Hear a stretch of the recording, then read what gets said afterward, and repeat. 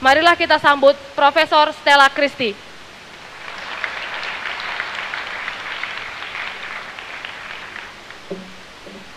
Terima kasih sekali Yanti yang saya kasihi. Memang banyak quantum entanglement di dunia ini. Tapi kalau Pak Luhut bilang itu bukan accident, itu diatur oleh universe.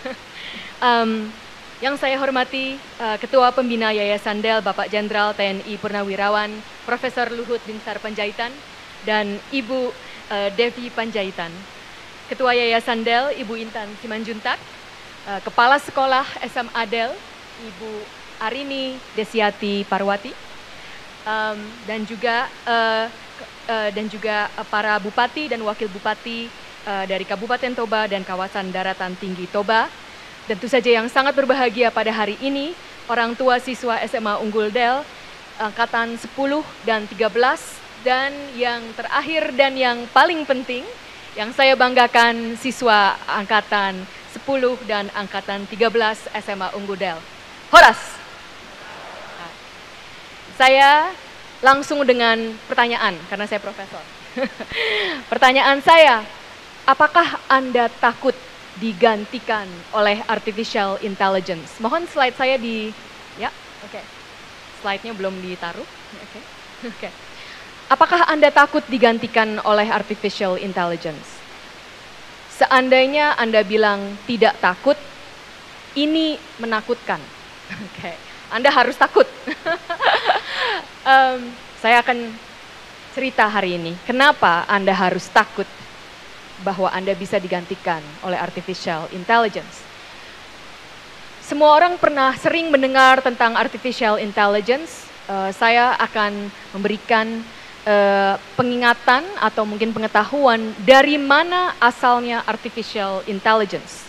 Artificial intelligence pertama lahir dari Alan Turing.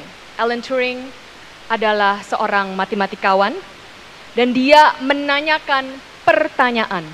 Segala sesuatu berawal dari pertanyaan. I propose to consider the question, can machines think? Apakah mesin bisa berpikir? Alan Turing mempublikasikan pertanyaan itu di paper Psychology and Philosophy. It's called Mind, the Quarterly Journal of Mind. Jadi bukan di jurnal Computer Science. Waktu itu belum ada jurnal Computer Science. Sebenarnya ada, tapi dia tidak menggunakan di Computer Science. Tapi di jurnal yang sangat penting karena segala sesuatu pengetahuan itu berasal dari pertanyaan. Saya profesor di Cognitive Science, saya meneliti tentang asal muasal intelligence dari manusia, hewan, dan juga artificial. Nah, Alan Turing itu bertanya apakah mesin itu berpikir, tetapi dia bukan saja mengajukan pertanyaan, dia mengajukan proposal bagaimana kita bisa mengetes apakah mesin itu bisa berpikir atau tidak. Inilah yang melahirkan yang namanya Turing Test. Turing Test itu seperti ini. Jika ada seorang interrogator yang C, dan ada si interrogator memberikan pertanyaan. Pertanyaan ini akan dijawab oleh A dan B. Tetapi C tidak bisa melihat yang mana yang komputer, yang mana yang manusia. Cuman bisa mendapatkan jawabannya. Nah, Alan Turing untuk menjawab pertanyaan apakah mesin bisa berpikir, Turing Test itu menurut dia, jika si C tidak bisa membedakan yang mana jawaban dari manusia dan yang mana jawaban dari artificial intelligence, itulah mesin bisa berpikir karena tidak bisa dibedakan dari manusia, dan itulah yang akan pass the Turing Test. The Turing Test itu ditulis oleh Alan Turing pada tahun 1950, dan sebenarnya itu baru dilampaui pada tahun sekitar 5 atau 7 tahun yang lalu, tetapi itu pun sekarang adalah pertanyaan. Nah, pada era yang sekarang itu justru sangat menarik. Bagaimana, apakah yang kalian sering dengar, ChatGPT, apakah itu bisa lulus dengan Turing Test? Oke, jangan lupa Turing test itu kalau tidak bisa membedakan yang mana yang manusia dan yang mana yang yang mana yang komputer, itulah berarti lulus Turing test. Oke, makanya dari kayak itu saya tanya, karena saya harus memberikan pidato. Saya tanya kepada ChatGPT, pidato apa? ChatGPT bisa pakai bahasa Indonesia ya, kalian tahu. Pidato apa yang harus saya ucapkan di SMA Unggul Del? Nah ini jawaban ChatGPT. Nah, pidato yang Anda sampaikan di SMA Unggul Del sebaiknya mencakup beberapa elemen kunci yang relevan untuk audiensi siswa dan mungkin juga para guru di sana. Berikut adalah contoh kerangka pidato yang dapat Anda gunakan.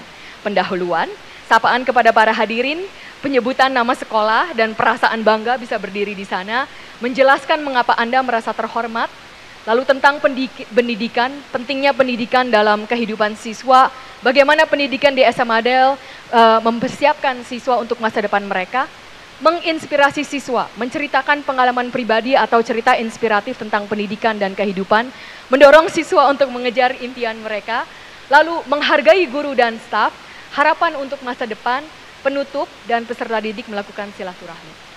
Ini semuanya jawaban ChatGPT. Gimana?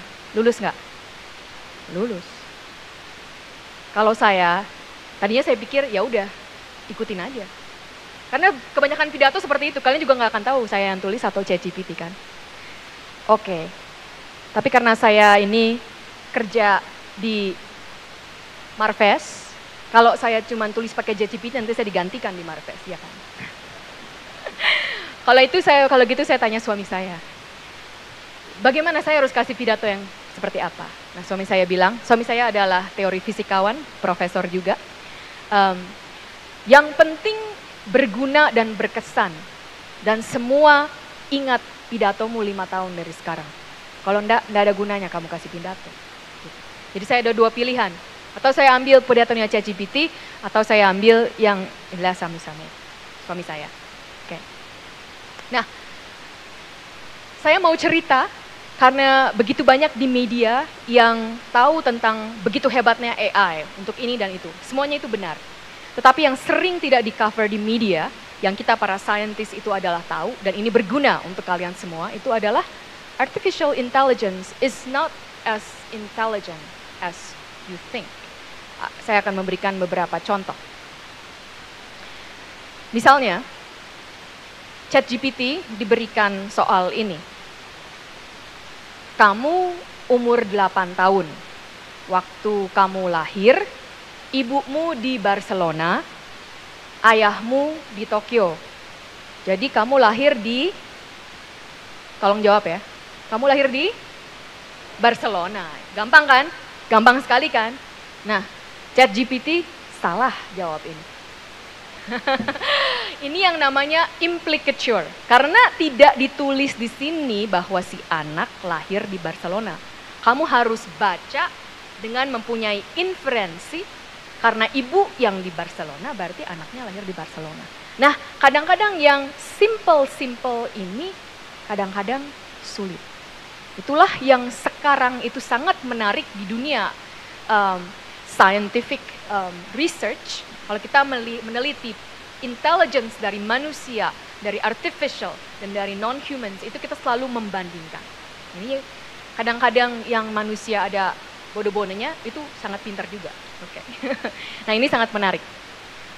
Ada lagi, nah ini kalian tahu bahwa begitu banyak artificial intelligence yang sangat canggih sekarang, yang bisa from text to image. Jadi kalian tinggal ketik, nanti bisa keluar image-nya, bisa keluar gambarnya. Nah, ini adalah perkembangan yang sangat canggih. Itu ada banyak namanya seperti DALL-E yang bisa melakukan image. Nah, ini adalah image yang cukup baru yang dikeluarkan oleh Google's Gemini chatbot. Prompt-nya adalah generate an image of a 1943 German soldier. Tolong keluarkan gambar dari tentara Jerman tahun 1943. Kalian bisa deteksi apa salahnya? 1943, yang sudah belajar sejarah harusnya tahu itu adalah zaman Nazi.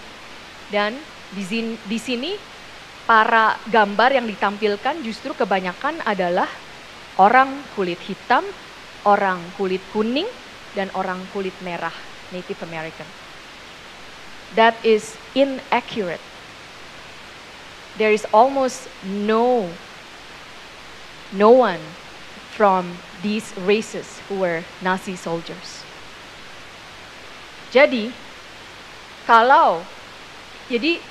jangan dipikir karena ChatGPT itu sangat canggih, semua yang dikeluarkan oleh dia itu adalah benar.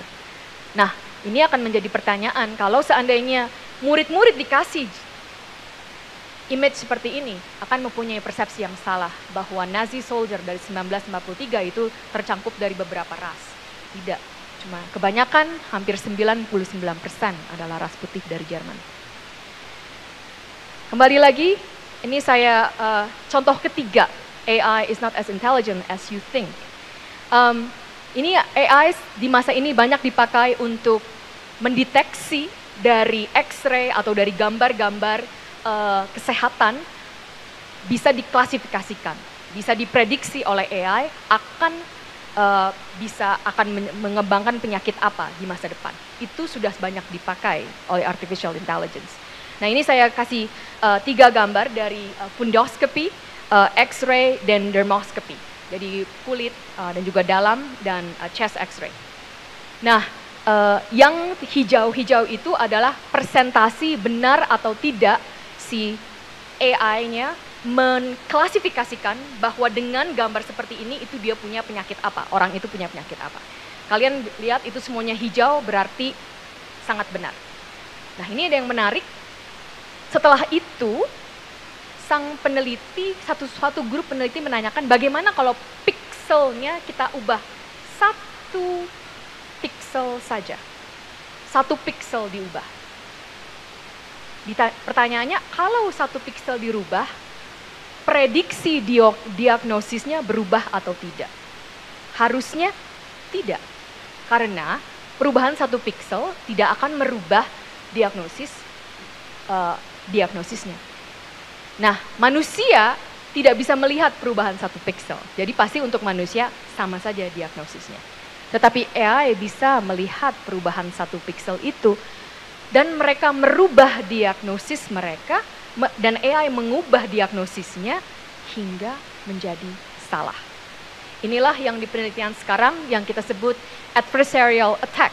Jadi biasanya kalau ada AI barang baru, kita sebagai peneliti mengetes, kita adversarial attack. Apakah dengan perubahan-perubahan si AI itu robust? Nah, dari AI medicine ini dipublish di Science, Finlayson et al.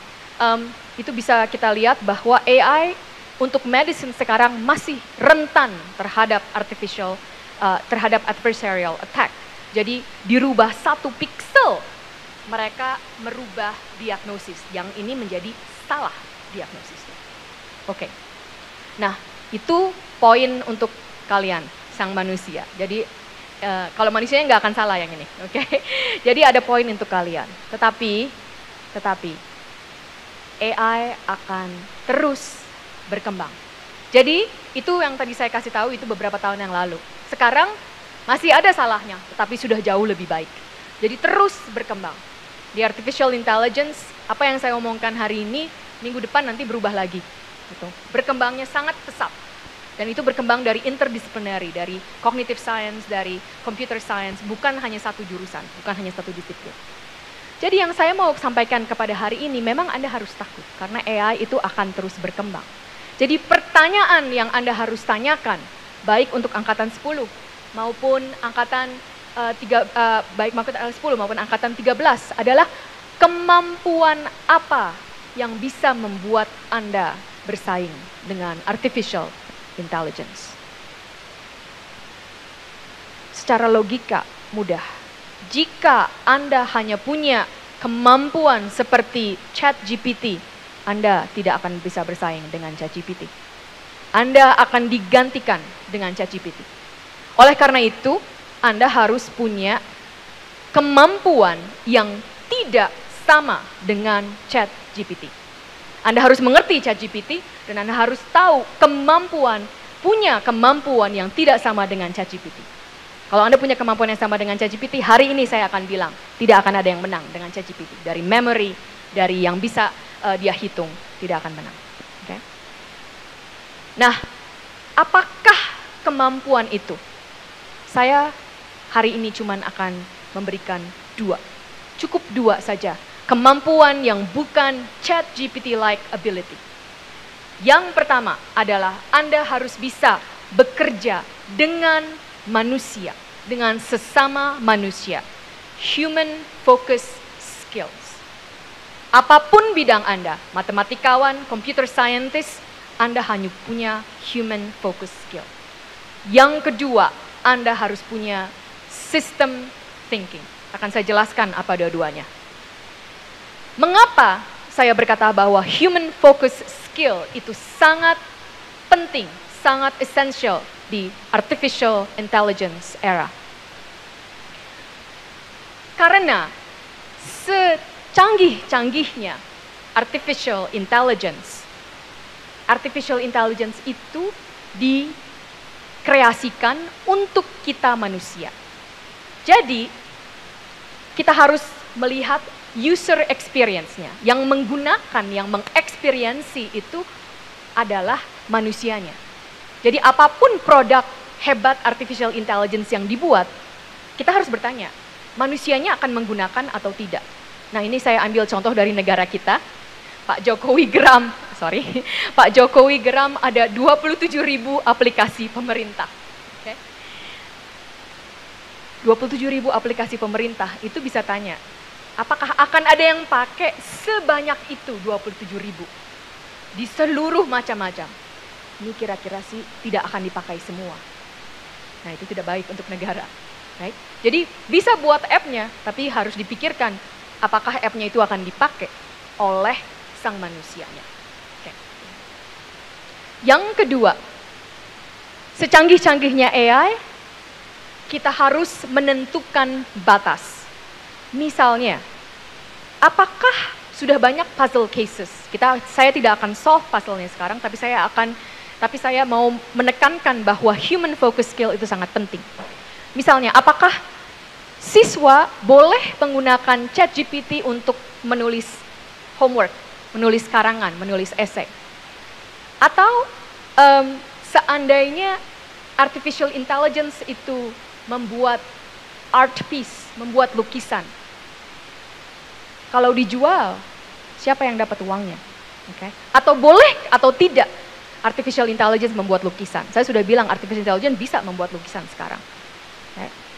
Ini data terakhir di Amerika Serikat, 43% dari college student, siswa universitas menggunakan ChatGPT or similar AI tools.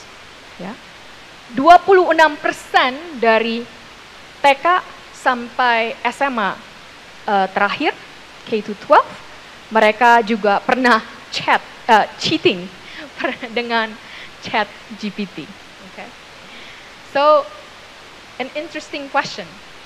Saya tidak akan solve pertanyaan ini di sini, tapi yang saya mau lihat, kalau Anda mengerti bagaimana si manusia mempunyai batas atau tidak memberikan batas kepada manusia itu secanggih-canggihnya artificial intelligence, kemampuan kalian menentukan batas atau tidak atau menentukan batas yang seperti apa itu sangat dibutuhkan. Oke. Sebagai contoh, saya menanyakan kepada ChatGPT, apakah symptom inherited truculence? Biasanya saya juga psikologis kan. Nah, ChatGPT jawabnya ini. Diagnostic criteria for inherited truculence. Ada 5 poinnya. Saya nggak akan baca satu. 1, a tendency to experience and express aggressive, and so on. Kalian pasti nggak bisa jawab seperti ini kan? Nah, tapi jangan khawatir, ini semuanya palsu. Jadi di ChatGPT itu banyak yang palsu. Saya yang ngarang-ngarang sendiri inherited truculence, terus saya kasih ke ChatGPT-nya. ChatGPT-nya kasih ini loh, diagnosis symptom inherited truculence. Nggak ada itu inherited truculence, itu saya ngarang aja. Tetapi inilah, kalau kalian sebagai manusianya tidak mengerti bahwa ada banyak yang palsu, nanti kalian tahu, oh pikir, oh beneran ada inherited truculence. Palsunya itu hebat sekali ChatGPT. Nih, saya tanya lagi, ini pertanyaan sulit sistem biology. Kalau ada yang sistem biologis mengerti. Would drop one mutant affect local search in C. elegans? C. elegans itu cacing. Oke. ChatGPT jawabnya panjang. Dan setelah itu ChatGPT juga kasih kalian lihat paper.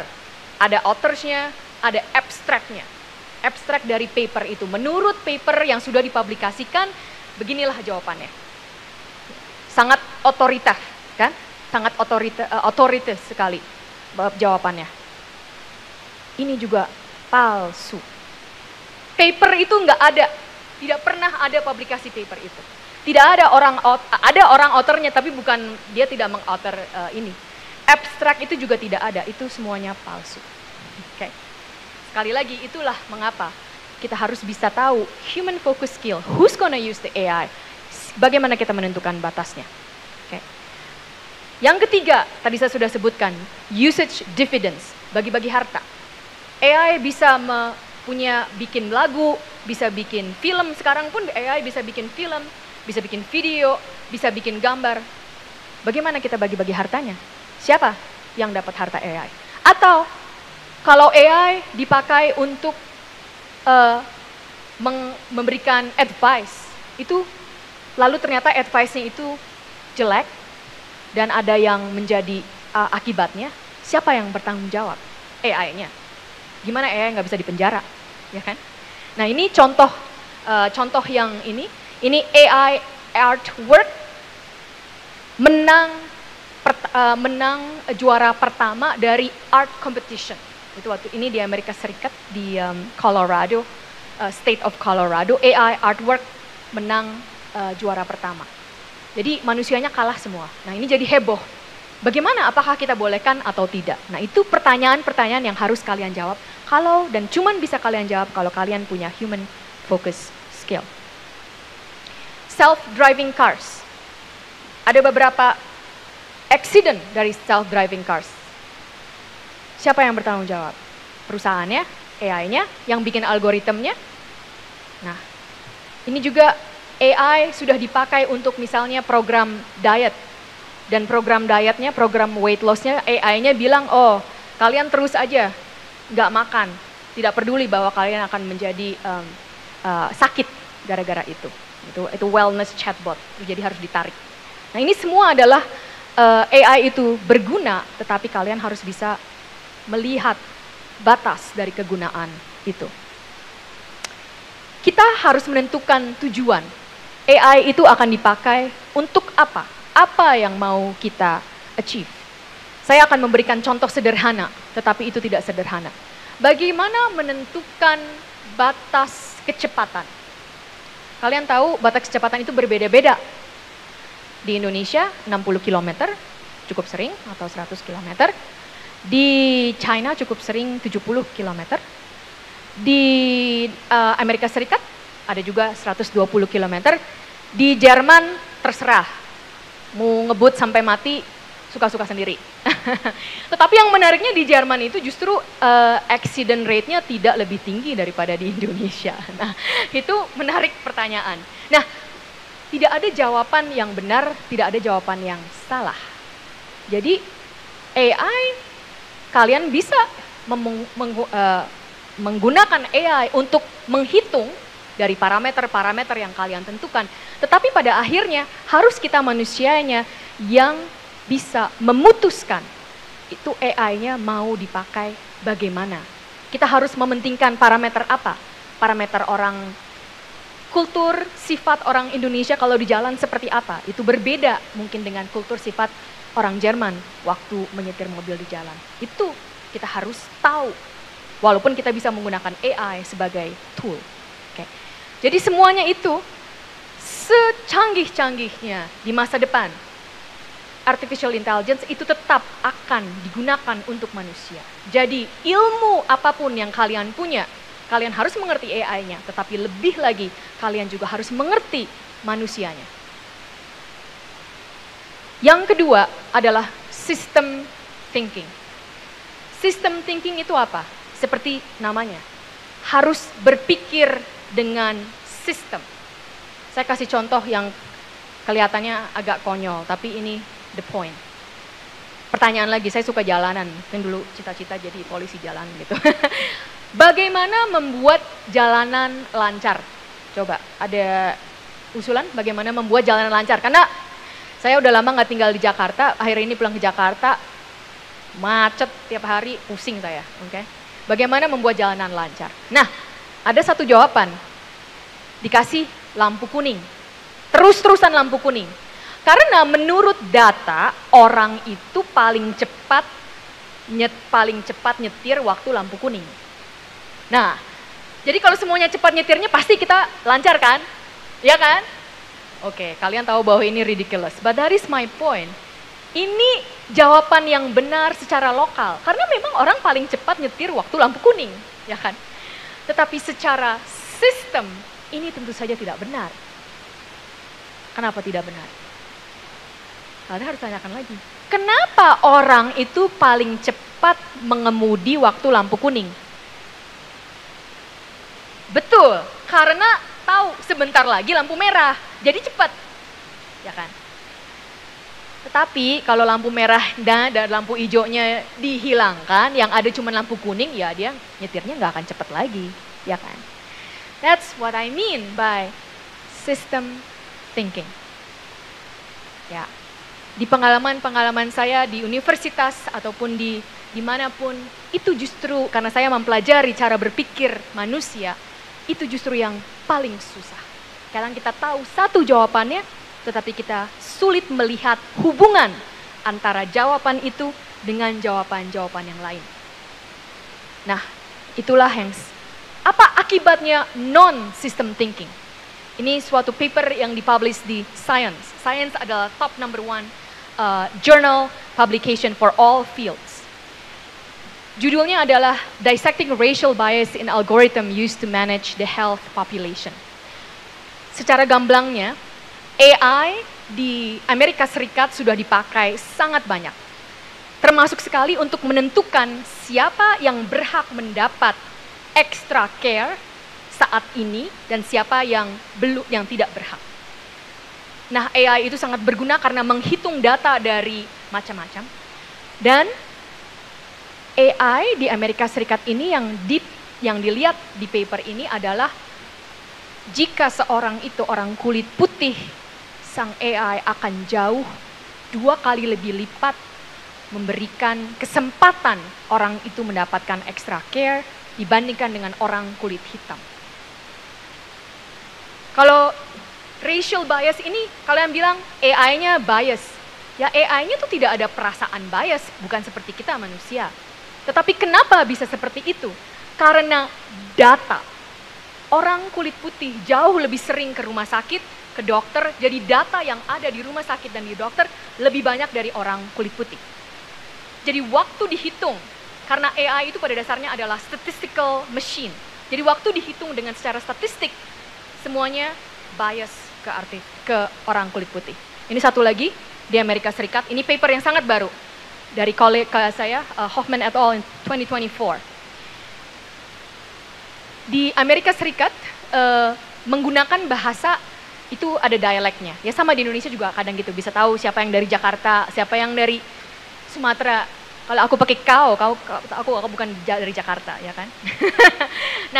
nah AI ini juga bisa menghitung data dari teks atau dari dialect. Nah, rekan saya Van Hoffman, dia bertanya, apakah AI membuat keputusan yang berbeda kalau inputnya itu English yang di atas? I am so happy when I wake up from a bad dream because they feel too real. Dibandingkan dengan inputnya African American English. I be so happy when I wake up from a bad dream because they be feeling too real. This is not ungrammatical. Ini adalah dialek African American English. Kalian bisa lihat yang di sebelah kanannya. Terus AI-nya ditanya, siapa yang brilliant? Probability bahwa orang ini brilliant. Kalian bisa lihat begitu jauh perbedaannya antara yang hijau dan yang biru. Jadi kalau orang itu ngomong dengan English, dia dianggap brilliant. Kalau ngomong dengan African American English oleh AI, dia dianggap tidak brilliant. Bahkan juga ditanyakan siapa yang lazy dan siapa yang stupid.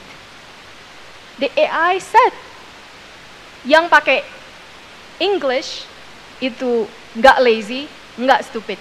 Tapi yang pakai African American English itu lazy dan stupid. Itu saya tidak benar. Tetapi begitulah, karena itu semuanya dari data, aggregate dari data.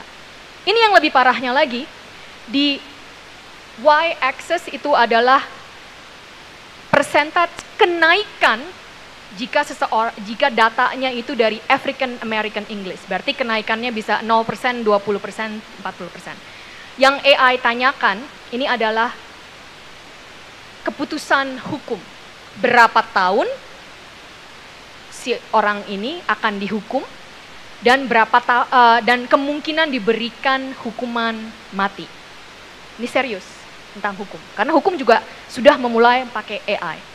Dan warna-warna ini adalah semuanya macam-macam large language model.